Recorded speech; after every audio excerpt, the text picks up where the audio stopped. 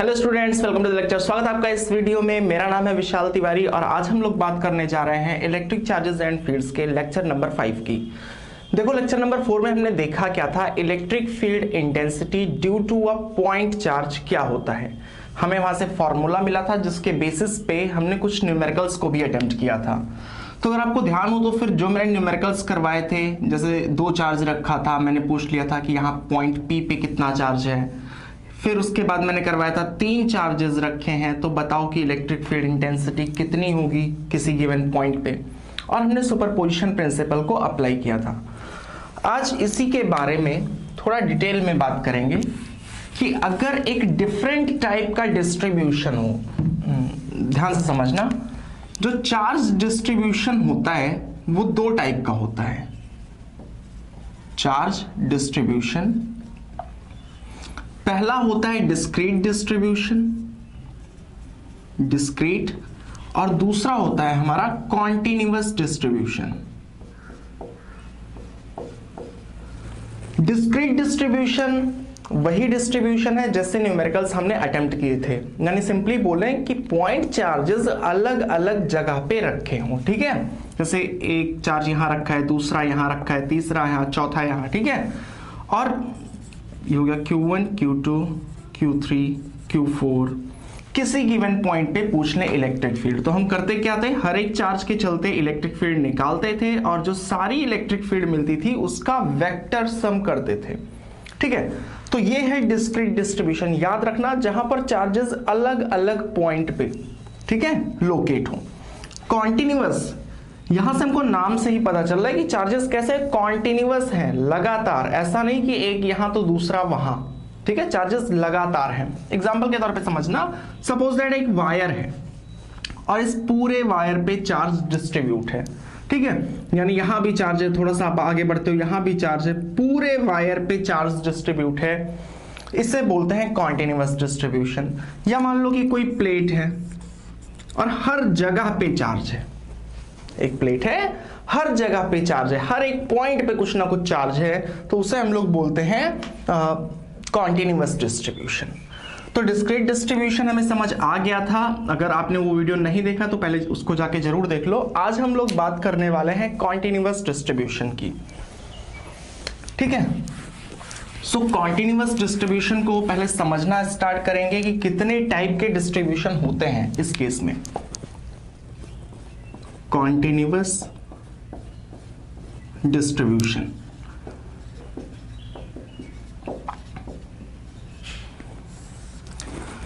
देखो पहला क्या हो सकता है, अलोंग अ लाइन। जैसे मैंने पहला एग्जांपल दिया था यहां पर कि अगर एक लाइन है और हर जगह पे चार्ज डिस्ट्रीब्यूट हो, तो वहां पर चार्ज किसके अलोंग है, एक लाइन के अलोंग हो। ठीक है, तो हम लोग बोलेंगे linear charge distribution, linear charge distribution.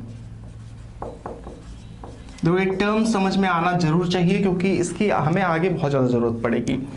अब लीनियर चार्ज डिस्ट्रीब्यूशन का मतलब कि यहां पर है सपोज दैट एक वायर और हर जगह पे कुछ ना कुछ चार्ज डिस्ट्रीब्यूट हो। मान लो कि Q चार्ज ओवरऑल डिस्ट्रीब्यूट है, इस पूरे वायर पे Q चार्ज डिस्ट्रीब्यूट है। ठीक है, और इसकी लेंथ है L। Q चार्ज पूरे L लेंथ पे डिस्ट्रीब्यूट है, तो हम बोलेंगे L लेंथ पे Q चार्ज डिस्ट्रीब्यूट है, तो 1 मीटर पे कितना चार्ज डिस्ट्रीब्यूट होगा, Q अपॉन L।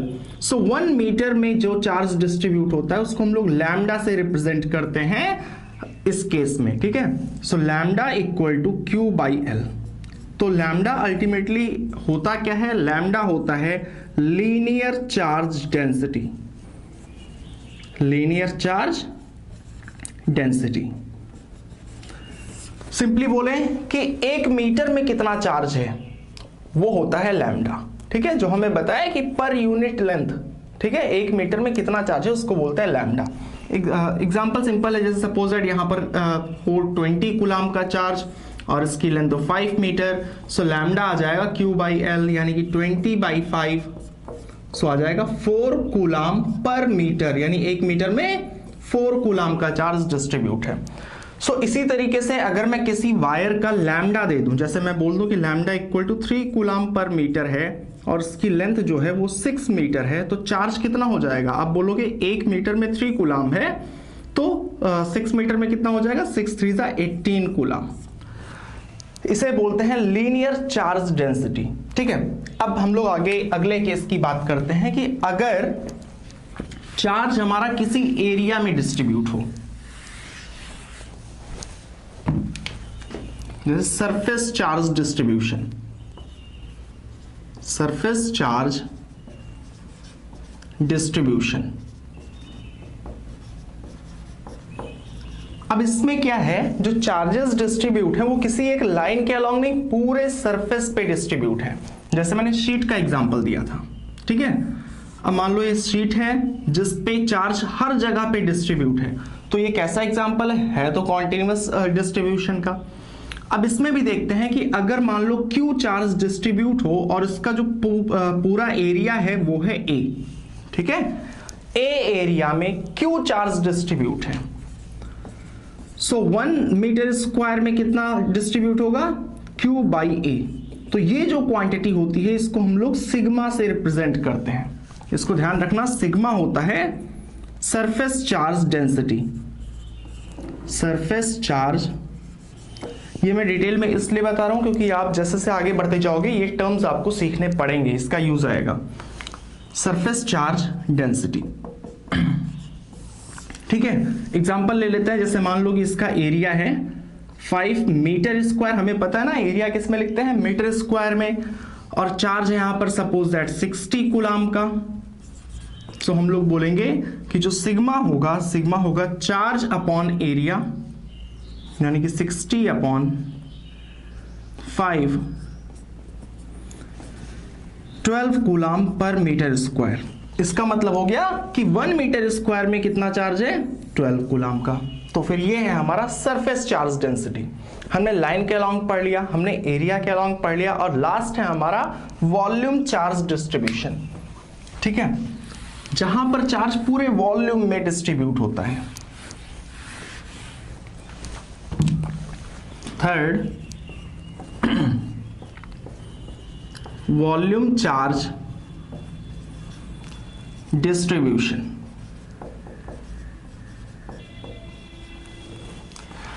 मान लेते हैं एक नॉन कंडक्टिंग स्फीयर है। ठीक है, हमने मान लिया एक नॉन कंडक्टिंग। मैं नॉन कंडक्टिंग क्यों बोल रहा हूं अभी बताऊंगा। एक नॉन कंडक्टिंग, जो कंडक्टर नहीं है, उसमें हर जगह पे चार्ज है, मतलब अंदर भी चार्ज है, बाहर भी चार्ज है, हर जगह पे। आप कोई भी पोर्शन कट करके अगर निकालोगे, कोई भी टुकड़ा, तो भी उसमें चार्ज होगा। ठीक है, सो सपोज दैट इसका वॉल्यूम है V और इसको चार्ज दिया गया है Q। सो हम बोलेंगे V वॉल्यूम में Q चार्ज है, तो 1 मीटर क्यूब में कितना चार्ज होगा? Q by V। सो ये जो होता है इसको रिप्रेजेंट करते हैं रो से, rho equal to Q by V, और रो हमारा होता है volume charge density. Volume charge density यानी कि हमको ये बताता है कि 1 मीटर क्यूब में कितना चार्ज है। ठीक है, ये है हमारा रो। ये सारे टर्म्स हैं, इनको आपको ध्यान रखना जरूरी है। तो अभी आज के वीडियो में हम लोग कौन सी बात करने वाले हैं? हम लोग बात करने वाले हैं कॉन्टिन्यूअस डिस्ट्रीब्यूशन की, लेकिन लीनियर चार्ज डिस्ट्रीब्यूशन की, जिसमें चार्ज एक लाइन पे होगा।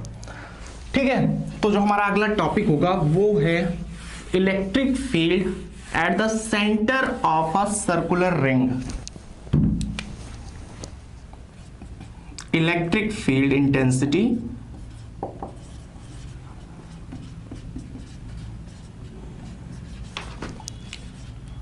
at the center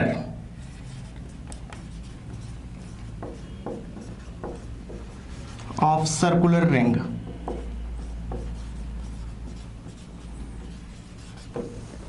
देखो, ये है हमारा एक सर्कुलर रिंग जिसपे चार्ज यूनिफॉर्मली डिस्ट्रीब्यूट है। Q चार्ज डिस्ट्रीब्यूट है इस पूरे के पूरे रिंग पे। तो ध्यान से अगर आप देखो तो यहां पर जो चार्ज डिस्ट्रीब्यूशन है एक लाइन के ही तो अलोंग है। अगर आप इसके सरकमफ्रेंस को कट करके स्ट्रेट कर दो तो ये क्या हो जाएगा? एक लाइन हो जाएगा। ठीक है, सो एक लाइन पे ही डिस्ट्रीब्यूट है। अब यहां पर हमें निकालना है सेंटर पे इलेक्ट्रिक फील्ड। तो अगर यूनिफॉर्मली डिस्ट्रीब्यूट है तो हर जगह पे सेम चार्ज होगा। जैसे सपोज दैट आपने एक छोटा सा एलिमेंट यहां कट किया, तो यहां जो चार्ज होगा उतना ही चार्ज यहां पर होगा, उतना ही चार्ज यहां पर होगा, अगर आप लेंथ सेम कट कर रहे हो। ठीक है, तो ये चीज हमें समझ में आती है। यूं समझ सकते हैं कि सरकमफ्रेंस के हर पॉइंट पे सेम चार्ज है।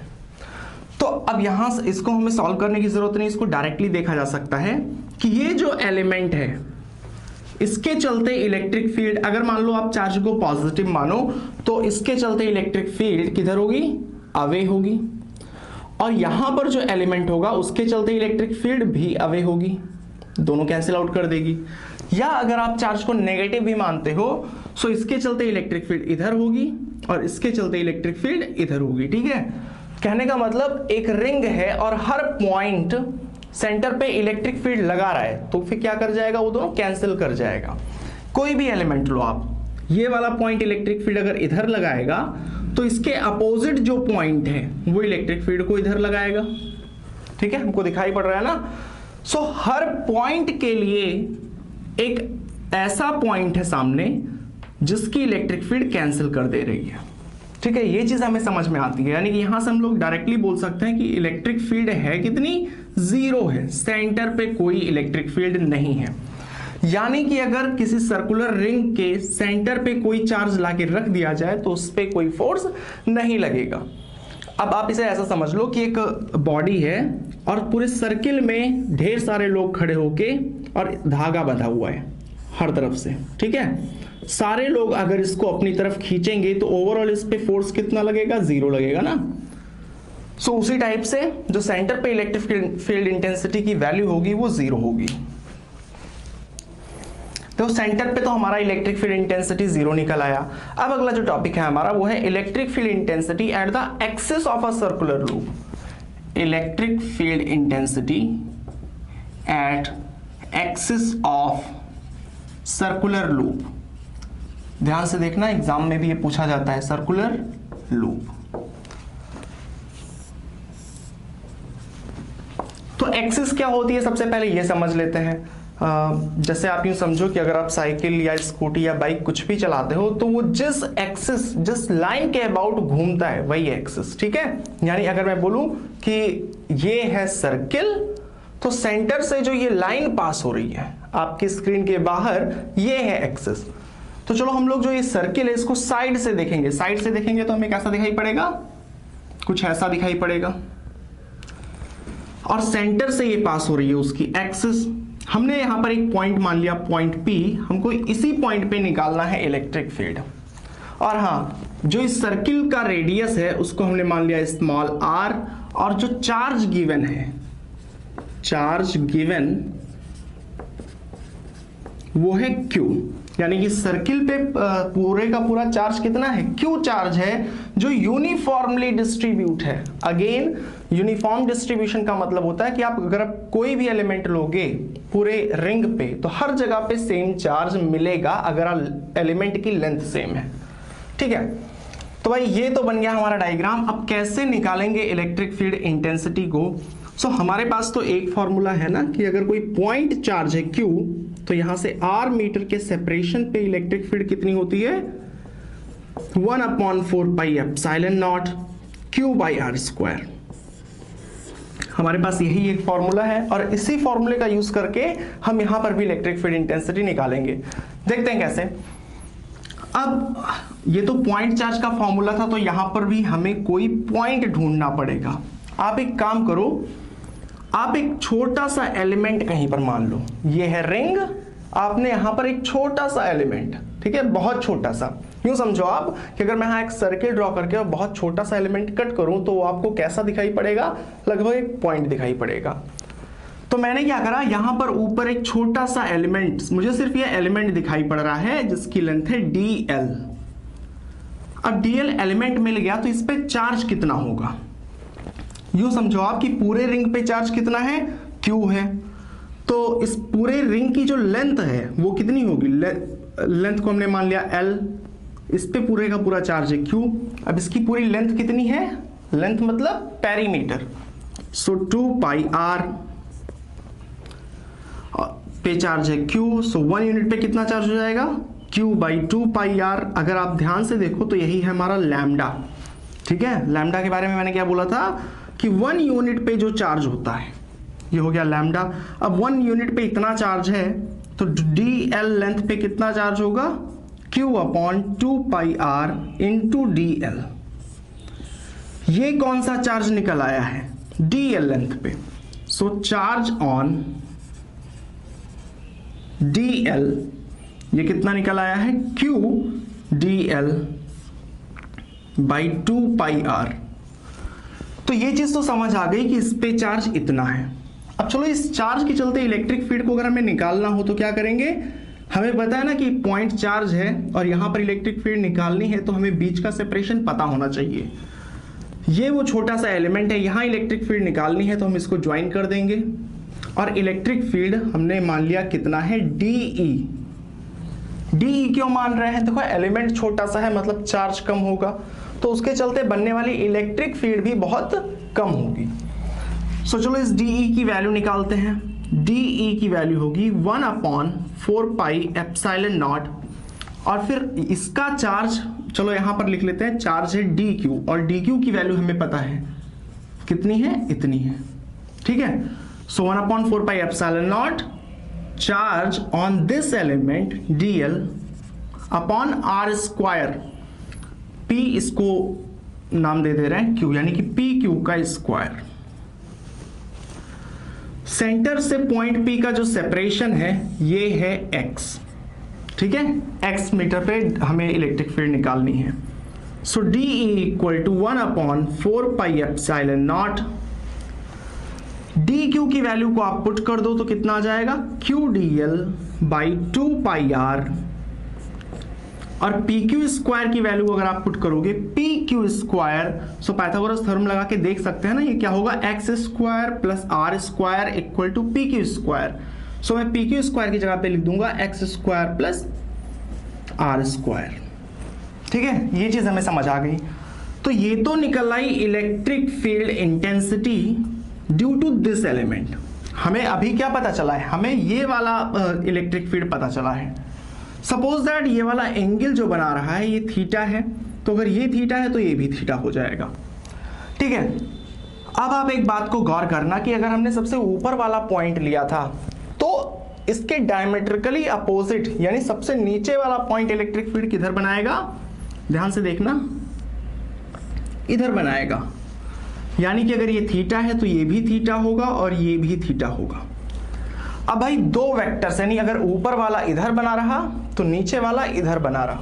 चलो कंपोनेंट कर लेते हैं। देखो इसके लिए आपको वेक्टर का कंपोनेंट करना आना चाहिए, अगर नहीं पता तो मैं अभी के लिए बता दे रहा कि अगर कोई है वेक्टर r और दो रेक्टेंगुलर कंपोनेंट आप लेते हो तो जो एंगल थीटा है वो होता है r cos थीटा और परपेंडिकुलर वाला होता है r sin थीटा, ठीक है। ये मैंने बहुत शॉर्ट में बताया है, इसको आप डिटेल में जाके चेक कर लो पहले, ठीक है, और समझ जाओ फिर इसको कंटिन्यू करो।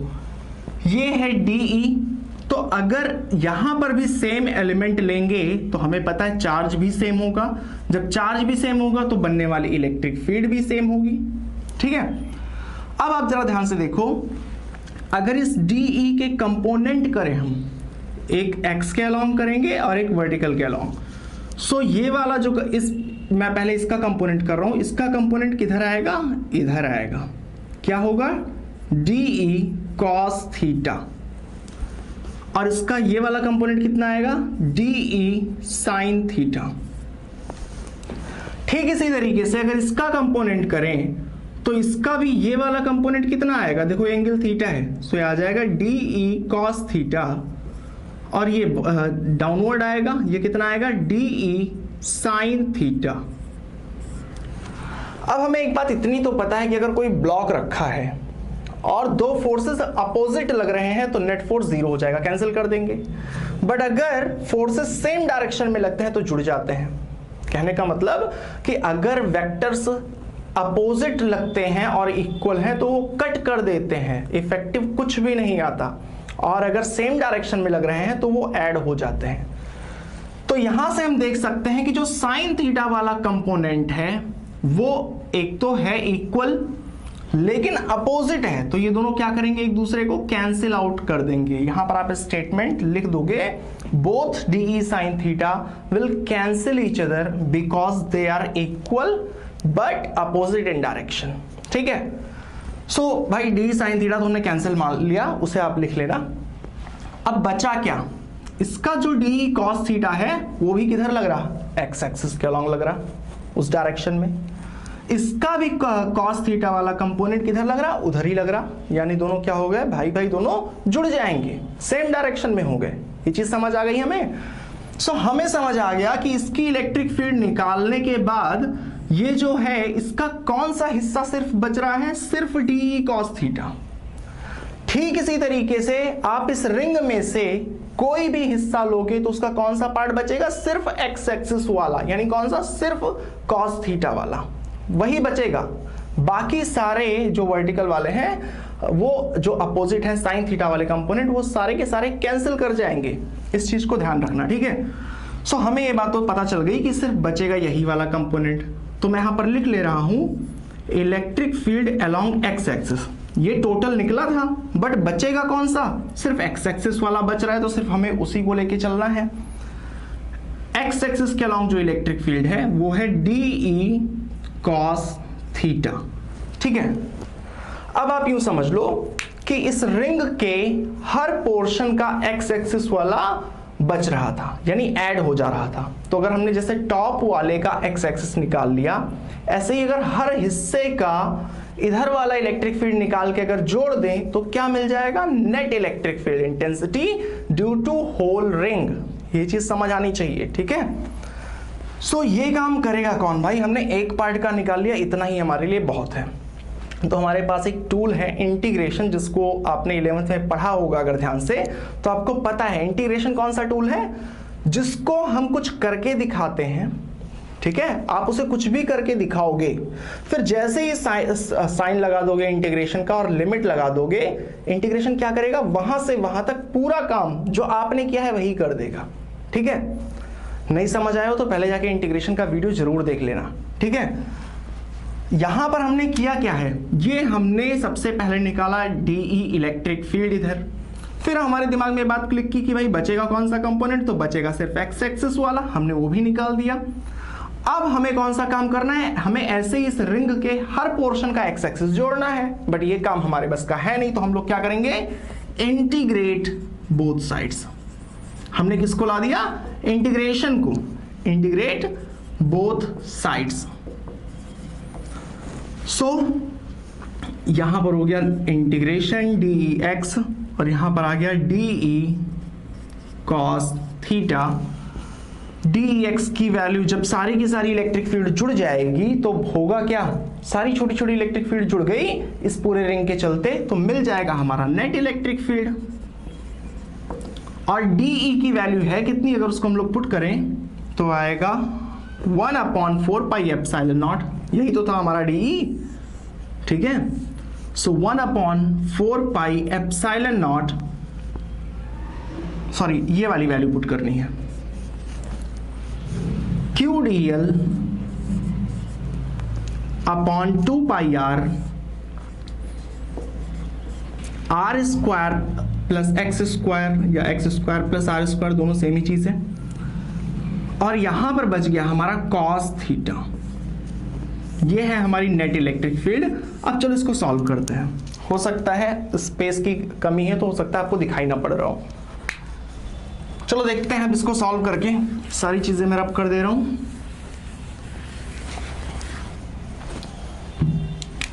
Net electric field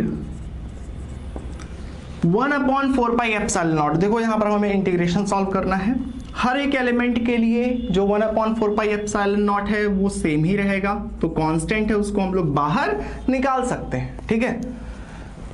overall charge भी हर जगह पे सेम है, और ये जो 2 पाई आर है टोटल लेंथ वो भी फिक्स ही है।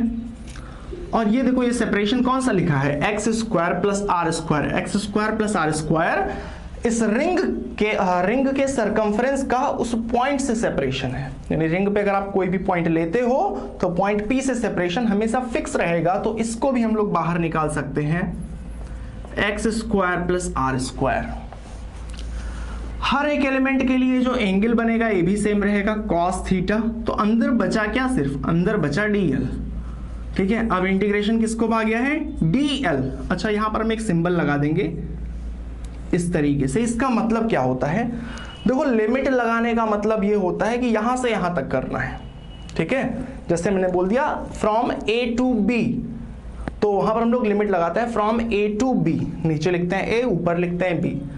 बट यहां पर देखो हमें काम पूरे रिंग में करना है। जहां से चले थे करते करते वापस से वहीं पर आ जाएंगे, यानी देखो ये क्लोज बन गया ना, क्लोज। तो ये इंडिकेशन है कि इंटीग्रेशन तुम्हें वही काम करना है पूरे रिंग के अलोंग क्लोज पाथ में। ठीक है, तो ये हमने लिख दिया। अब इंटीग्रेशन यही काम करिए। देखो अंदर क्या लिखा है, अंदर लिखा है एक छोटे से लेंथ का, एक छोटा सा जो एलिमेंट हमने कट किया था उसकी लेंथ लिखी हुई है। dl हमारा एक छोटे से एलिमेंट की लेंथ थी और हमने इंटीग्रेशन लगा दिया कि यही काम जो लेंथ है यही काम सबके साथ करके जोड़ दो, यानी सबके लेंथ को जोड़ दो। तो अगर वो पूरे रिंग की लेंथ को जोड़ेगा तो क्या मिलेगा, हमें पता है ना, पूरे रिंग की लेंथ मिल जाएगी जो कि होगा 2 पाई r। तो इसकी जो इंटीग्रेशन ऑफ dl है ये हो जाएगा 2 pi r। So E net equal to 1/4 pi epsilon naught q cos theta upon 2 pi r x square plus r square, और इसकी वैल्यू हो गई 2 pi r। ध्यान से देखो ये दोनों कैंसिल आउट हो जाएंगे। अब E net equal to 1/4 pi epsilon naught q by x square plus r square cos theta. ठीक है,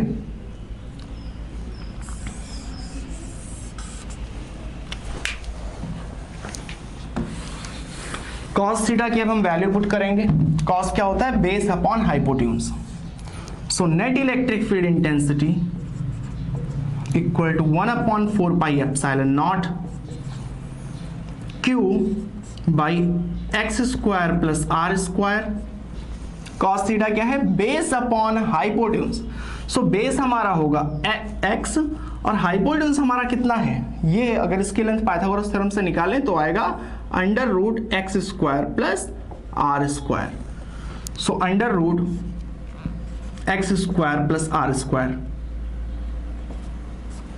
अंडर रूट को क्या बोलते हैं, पावर 1/2।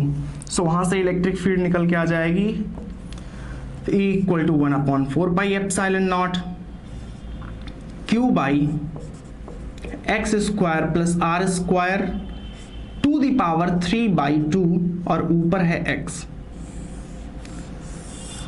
ये निकल आया, आप देख सकते हो ना, यहां पर पावर 1 है और इसके पावर 1/2 है। सो 1 + 1/2 यानी कि 3/2। ये तो निकल आया इलेक्ट्रिक फील्ड। चलो ये अब आप बोलोगे कि ये वेक्टर फॉर्म में नहीं है, तो सही बात है, यहां पर हमने सिर्फ क्या कैलकुलेट किया है, मैग्नीट्यूड। अब इसको आप अपने कॉमन सेंस से सोचना कि अगर पूरे रिंग पे पॉजिटिव चार्ज है, पॉजिटिव चार्ज, तो इसकी इलेक्ट्रिक फील्ड इधर, इसकी इलेक्ट्रिक फील्ड इधर, और दोनों को मिला के कौन सा हिस्सा बचा, सिर्फ एक्स एक्सिस वाला। तो अगर पॉजिटिव चार्ज रहेगा तो आप इसके आगे आई कैप लगा दोगे। ठीक है, यानी सिंपली बोले कि अगर रिंग पे पॉजिटिव चार्ज है तो इलेक्ट्रिक फील्ड एक्सिस पे अवे फ्रॉम रिंग होती है, रिंग से दूर होती है। अगर पूरे रिंग पे नेगेटिव चार्ज है, माइनस का चार्ज है, तो उस केस में हमें पता है ना कि इस रिंग का हर एलिमेंट क्या करेगा, इधर बुलाएगा, ठीक है, अपनी तरफ। तो फिर इलेक्ट्रिक फील्ड की इंटेंसिटी एक्सिस पे ही होगी लेकिन टुवर्ड्स द रिंग होगी। तो उस केस में आप क्या लगा दोगे, -i कैप। ठीक है, इस चीज को ध्यान रखना। अब इससे पहले जो हमने डेरिवेशन देखा था, electric field intensity at the centre of circular ring, अगर उसको हमें निकालना हो यहां से तो कैसे निकालेंगे। देखो पॉइंट P अगर सेंटर पे होता तो x की वैल्यू कितनी होती, 0 होती। भाई x है क्या, x रिंग के सेंटर से डिस्टेंस है। तो अगर पॉइंट सेंटर पे ही है तो डिस्टेंस कितनी हुई, डिस्टेंस 0 हुई। तो हम लोग लिखेंगे at the centre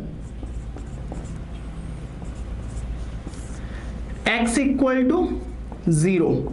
so x equal to 0 को अगर आप वहां पर पुट करके देखो तो इलेक्ट्रिक फील्ड कितनी आ जाएगी, इक्वल टू 1/4πε0 क्यू, एक्स की वैल्यू 0/x², चलो 0² plus r² to the power 3/2, यहाँ आ जाएगा r³, बट हमें उससे मतलब नहीं है क्योंकि हम देख रहे हैं ऊपर मल्टीप्लाई है 0, और कोई भी क्वांटिटी अगर 0 से मल्टीप्लाई होती है तो 0 हो जाती है, यानी कि नेट इलेक्ट्रिक फील्ड 0।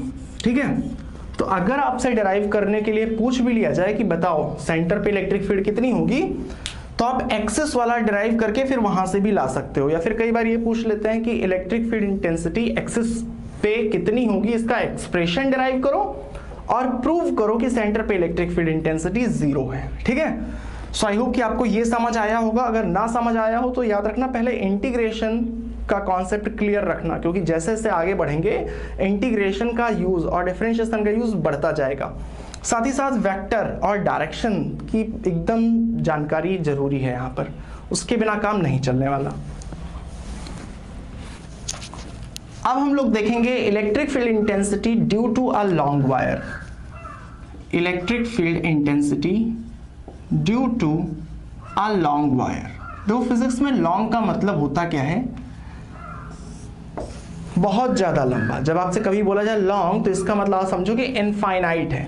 तो हमारे पास यहां पर एक लॉन्ग वायर कुछ इस तरीके से, ये डॉट का मतलब है कि इंफिनिटी तक गया है और नीचे भी इंफिनिटी तक गया है, जिस पे लीनियर चार्ज डेंसिटी मैं बोल दे रहा हूं लैम्डा है। लैम्डा है हमारा linear charge density,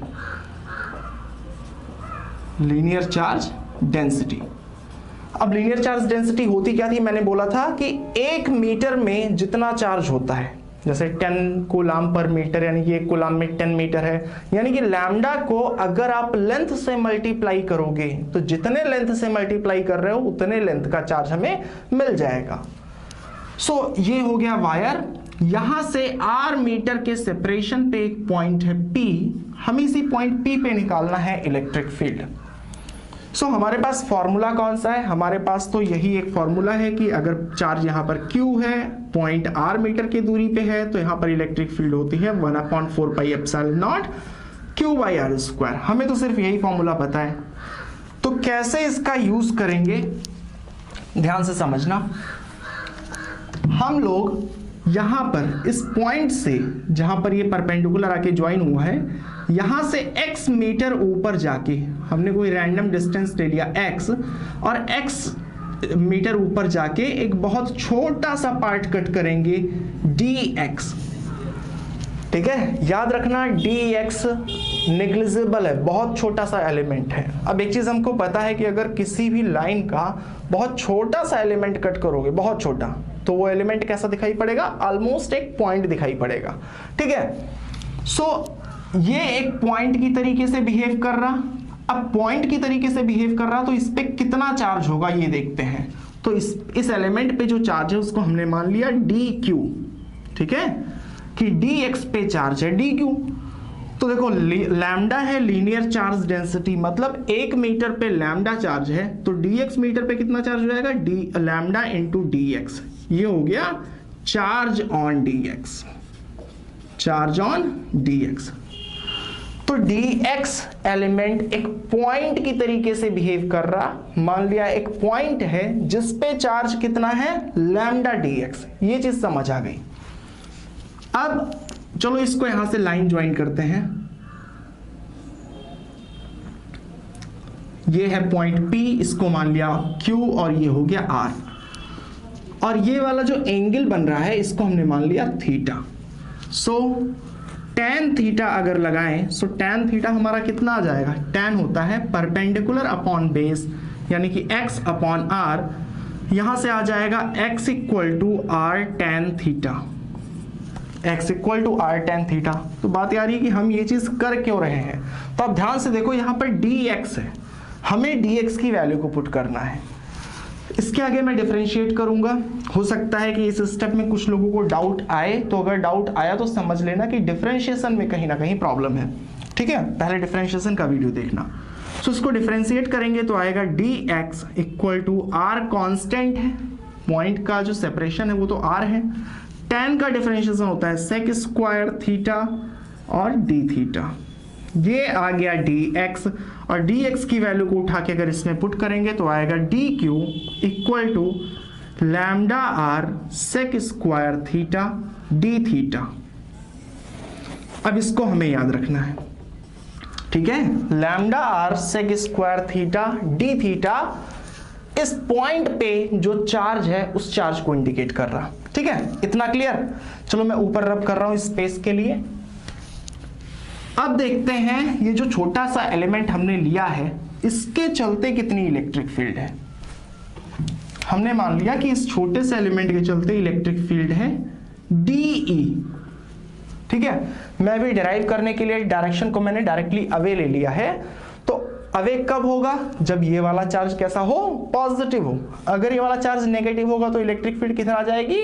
towards the charge आ जाएगी, मतलब इस डायरेक्शन में। अभी उस चीज को हम लोग छोड़ रहे हैं, उसके बारे में लास्ट में डिस्कस करेंगे। अभी हमने इलेक्ट्रिक फील्ड को इधर ले लिया। चलो इसको हम लोग ऐसे डॉटेड करके आगे बढ़ा देते हैं। सो अगर ये थीटा है तो ये भी थीटा होगा, ठीक है। ये चीज हमें समझ आती है। तो इलेक्ट्रिक फील्ड इस वाले हिस्से के चलते, छोटे से एलिमेंट के चलते इलेक्ट्रिक फील्ड DE है, तो DE की वैल्यू कितनी होगी?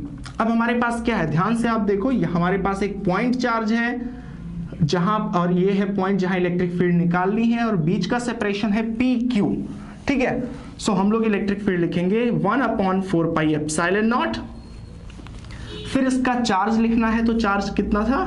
DQ था, जिसकी वैल्यू भी बाद में पुट करेंगे। अपॉन में R स्क्वायर रखते हैं। R क्या होता था? ध्यान देना, ये वाला R नहीं पुट करना। जो चार्ज है और जिस पॉइंट पे निकाल रहे इसके बीच का सेपरेशन होता था R, यानी कि इस केस में R क्या होगा? PQ, ठीक है। सो PQ का स्क्वायर, ठीक है। यहां तक बात समझ आ गई। अब देखते हैं DE equal to 1/4 pi epsilon naught. DQ की वैल्यू अगर पुट करें तो क्या आएगा? Lambda R sec square theta D theta upon में है PQ स्क्वायर। अब PQ की वैल्यू को कैसे फाइंड करें? तो यहां पर आप देखो PQ, ये जो राइट एंगल ट्रायंगल है इसमें आप फिर से लगाओ इन ट्रायंगल PQR। अगर यहां पर हम लोग cos थीटा लगाएं, so cos theta equal to base upon hypotenuse, base है R, हाइपोटेन्यूज है PQ इधर आएगा। So PQ equal to R upon cos theta, यानी कि PQ equal to R sec theta, ठीक है। PQ equal to R sec theta मिल गया। इसको उठा के आप इस इक्वेशन में पुट करो, और जैसे ही आप पुट करोगे हमारा एक्सप्रेशन क्या हो जाएगा? DE equal to 1/4 pi epsilon naught lambda R sec square theta D theta upon PQ का स्क्वायर, मतलब R सेक थीटा का square. So R sec theta का स्क्वायर क्या हो जाएगा? R square sec square theta. So sec square theta cancel out हो जाएगा, एक R और यहां का स्क्वायर कैंसिल आउट हो जाएगा। अब हमारे पास एक्सप्रेशन बचा है DE equal to 1/4 pi epsilon naught lambda D theta by R, ठीक है। ये मिला हमको इलेक्ट्रिक फील्ड इंटेंसिटी, ठीक है। यहां तक कोई प्रॉब्लम? आई होप नहीं है, ठीक है। DE मिल गया। अब आप एक काम करो, ये जो पॉइंट था, ठीक है, ये इनफाइनाइट लॉन्ग वायर था, यहां पर पॉइंट से हमने परपेंडिकुलर ड्रॉ किया था। परपेंडिकुलर से x मीटर ऊपर हमने पॉइंट जो लिया था वहीं से इलेक्ट्रिक फील्ड निकाला है। तो एक काम करते हैं, x मीटर नीचे जो पॉइंट है उसकी भी इलेक्ट्रिक फील्ड को निकाल के देखते हैं। यानी कि अगर यहां से इलेक्ट्रिक फील्ड निकालें तो इस वाले अगर सेम लेंथ ले, यहां पर भी अगर हम लोग dx लेंथ लेते तो इसकी इलेक्ट्रिक फील्ड इधर आती, और कितनी आती? सेम आती।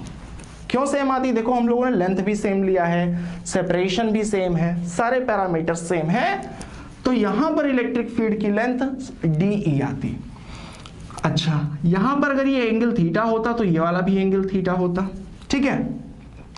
अगर हम कंपोनेंट करें वेक्टर का, कंपोनेंट करना आपको आना चाहिए, ये DE है तो x के अलोंग कंपोनेंट जो होगा, मैं पहले इसका कर रहा हूं DE का, तो x के अलोंग कंपोनेंट होगा DE कॉस थीटा और वाई के अलॉन्ग जो कंपोनेंट होता वो होगा DE साइन थीटा। ठीक है, कंपोनेंट करना हमें आ गया।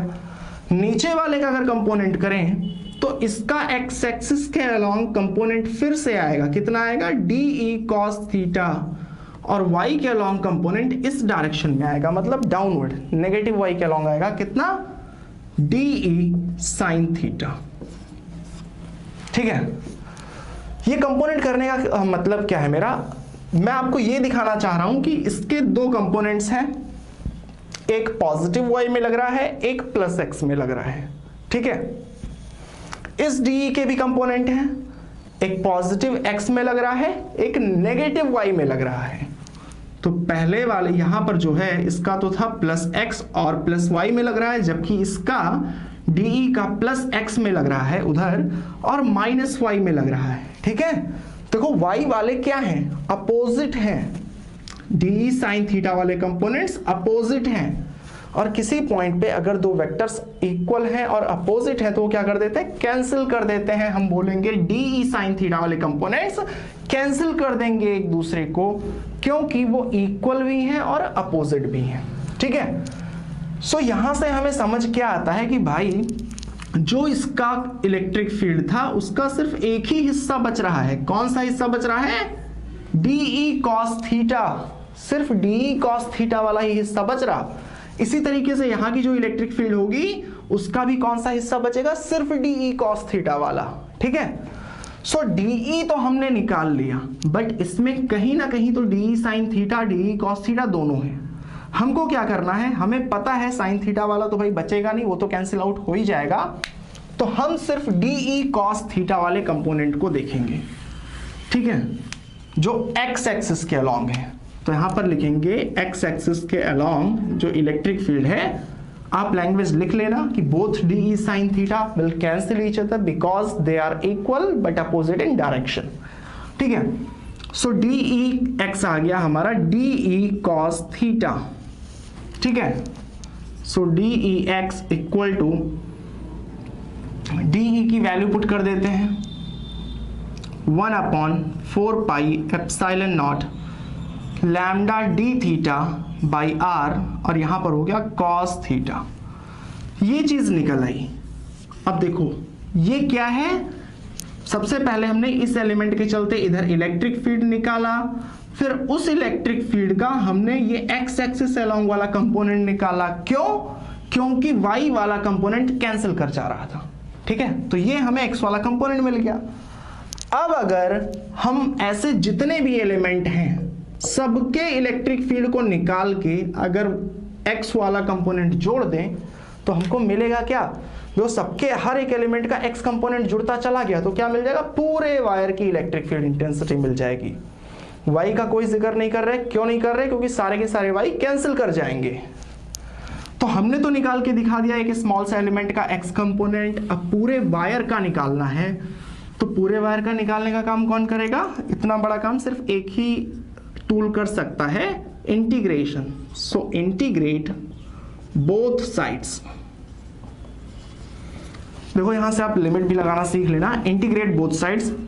सो DE X equal to 1/4 pi epsilon naught lambda cos theta को मैं आगे रख रहा हूं, cos theta by R D theta. ठीक है, तो ये तो इंटीग्रेट होगा, यानी सारी इलेक्ट्रिक फील्ड जुड़ जाएगी, तो मिल जाएगा हमें नेट इलेक्ट्रिक फील्ड। और यहां पर आप देखना हम लोग लिमिट कैसे लगाएंगे। देखो यहां पर क्या है, डी थीटा, यानी हमें थीटा के रिस्पेक्ट में लिमिट लगानी है। देखो हमें कहां से कहां तक एलिमेंट को जोड़ना है, हमने यहां के एलिमेंट की इलेक्ट्रिक फील्ड निकाली थी, यही काम यहां करना है, यहां करना है, यानी कि पूरे वायर में करना है। तो आप यूं समझो कि जो पार्ट बहुत नीचे है वहां से लाइन लाके अगर हम लोग यहां पर ज्वाइन करेंगे तो अप्रोक्सीमेटली कैसा आएगा, लगभग 90 डिग्री पे ज्वाइन करेगा। ठीक है, या फिर आप ऐसे समझ लो कि यहां पर आप खड़े हो और एकदम ऊपर वाला हिस्सा देखोगे तो आपको सर एकदम ऊपर करना पड़ेगा। ठीक है, यानी इधर से कैसे जाएगा, इस तरीके से 90। ये चीज समझ आती है ना। अगर ये लाइन है, आप अगर यहां से ज्वाइन करोगे तो एंगल कम होगा, यहां से ज्वाइन करोगे बढ़ता जाएगा, बढ़ता जाएगा, फिर इन्फिनिटी से ज्वाइन करोगे तो 90 डिग्री हो जाएगा। सो हम लोगों को लिमिट कहां से कहां तक लगाना है? देखो यहां से हमने शुरुआत किया था तो इधर वाला एंगल हम लोग माइनस में लेंगे। जैसे यूं समझना कि अगर हम लोग इसे 30 बोल रहे हैं तो अगर ये वाला एंगल लेंगे तो माइनस में बोलेंगे, क्योंकि हम लोग एक जो रेफरेंस लाइन है उससे नीचे आ रहे हैं। सो इसी टाइप से यहां से हमने थीटा लिया था तो ये वाले इस वाले एंगल को लेंगे -90। -90 का मतलब -π/2। ये चीज हम सभी को पता है। हमें -π/2 से +π/2 तक सारे एलिमेंट्स की इलेक्ट्रिक फील्ड को एक्स एक्सिस वाली ऐड करना है। सो -π/2 से π/2, ठीक है। अब यहां पर आ गई नेट इलेक्ट्रिक फील्ड इंटेंसिटी। यहां पर हम लोग सारे कांस्टेंट को बाहर निकाल लेंगे। देखो 1/4πε0 बाहर चला गया, λ/r भी बाहर चला गया, integration of cos theta D theta -π/2 से π/2। अब cos का इंटीग्रेशन कितना होता है? cos का इंटीग्रेशन होता है sin थीटा, ठीक है। डिफरेंशिएशन होता है -sin theta, but integration sin theta होता है। So net electric field intensity equal to 1/4πε0 λ/r, और cos थीटा का हो जाएगा यहाँ पर sin थीटा। लिमिट है -π/2 से π/2। अब यहां लिमिट लगी है, लिमिट हमको सॉल्व करना आना चाहिए। तो याद रखना ये है लोअर लिमिट, ये है अपर लिमिट। सॉल्व कैसे करते हैं? पहले अपर लिमिट की वैल्यू को पुट करो, फिर लोअर लिमिट की वैल्यू को पुट करो और बीच में माइनस, यानी upper limit minus lower limit. चलो सॉल्व करके देखते हैं। Net electric field equal to 1/4πε0 λ/r। जब अपर लिमिट पुट करेंगे यानी थीटा में जब π/2 पुट करेंगे तो आएगा sin π/2, फिर माइनस का साइन लगा के लोअर लिमिट पुट करेंगे यानी कि sin -π/2, ठीक है। अब sin π/2 यानी sin 90 तो 1 होता है, बट sin -90 -1 होता है, ठीक है। ये चीज हमको पता है ना कि sin -θ equal to -sin θ। So यहां से देख सकते हैं E net equal to 1/4πε0 λ/r। sin π/2 की वैल्यू 1, फिर माइनस का साइन, sin -π/2 यानी इसका हो जाएगा -1, और हमारी जो इलेक्ट्रिक फील्ड इंटेंसिटी आएगी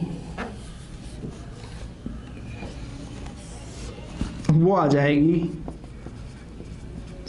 E net equal to 1/4πε0 λ/r। 1 + 1 क्योंकि माइनस माइनस प्लस हो जाएगा, ये हो जाएगा 2। तो ये आ गया एक्सप्रेशन, ठीक है, इलेक्ट्रिक फील्ड का। अब अगर इसी को हमें वेक्टर फॉर्म में लिखना होता, यानी कि अगर डायरेक्शन को इंक्लूड करना होता, तो हम कैसे करते हैं? देखो आप, अगर इस वायर पे पॉजिटिव चार्ज होता तो हमें समझ आती है ना कि इलेक्ट्रिक फील्ड इसके चलते इधर, इसके चलते इधर, और दोनों के चलते प्लस एक्स एक्सिस के अलॉन्ग, ठीक है। हमें पता ना कि प्लस चार्ज के अवे होती है इलेक्ट्रिक फील्ड इंटेंसिटी, यानी अगर वायर है यहां पर निकाल रहे तो electric field intensity away from line होती, यानी कि प्लस एक्स एक्सिस के अलॉन्ग। तो उस केस में हम लोग क्या लिख देते हैं कि इलेक्ट्रिक फील्ड है 1/4πε0 2 λ/r I कैप, और जैसे यहां डायरेक्शन लगाते ये हो जाता vector. If lambda is positive, lambda is positive का मतलब क्या है कि प्लस चार्ज अगर इस पे डिस्ट्रीब्यूट है। इसी तरीके से अगर माइनस चार्ज डिस्ट्रीब्यूट होता, इफ लैम्डा इज नेगेटिव, सो क्या करते, इलेक्ट्रिक फील्ड की वैल्यू तो इतनी ही रहती 1/4πε0 2 λ/r, पर माइनस चार्ज की तरफ होता है ना, हर एलिमेंट की इलेक्ट्रिक फील्ड इंटेंसिटी इधर होती और जो ओवरऑल इलेक्ट्रिक फील्ड बनती वो टुवर्ड द वायर बनती, यानी कि वायर की तरफ, ठीक है। सो उस केस में हम लोग लिखते, अब यहां पर आप देखो अगर ये प्लस एक्स एक्सिस है तो ये माइनस एक्स एक्सिस है, यानी माइनस आई कैप आप चाहो लिखो, चाहो तो माइनस को निकाल के बाहर कर दो, दोनों ही सेम चीजें हैं, ठीक है। सो ये वेक्टर फॉर्म लिखना आना चाहिए। एक चीज और हम लोग ग्राफ की भी बात करेंगे कि इस केस में जो इलेक्ट्रिक फील्ड इंटेंसिटी का ग्राफ बनेगा वो कैसा बनेगा। देखो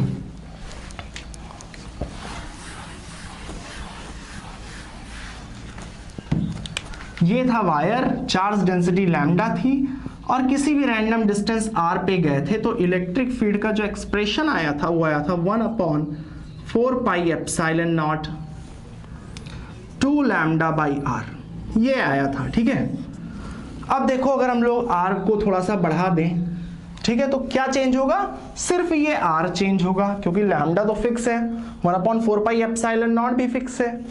तो कहने का मतलब आप किसी भी पॉइंट पे जाओ, वैल्यू किसकी चेंज होगी, इसकी चेंज होगी, बाकी सारी चीजें फिक्स रहेंगी। यानी ये जो फिक्स चीजें हैं इसको क्या मान लेंगे, कांस्टेंट, ये कांस्टेंट है।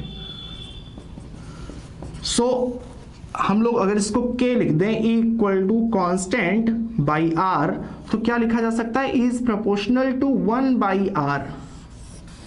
यानी electric field is inversely proportional to r।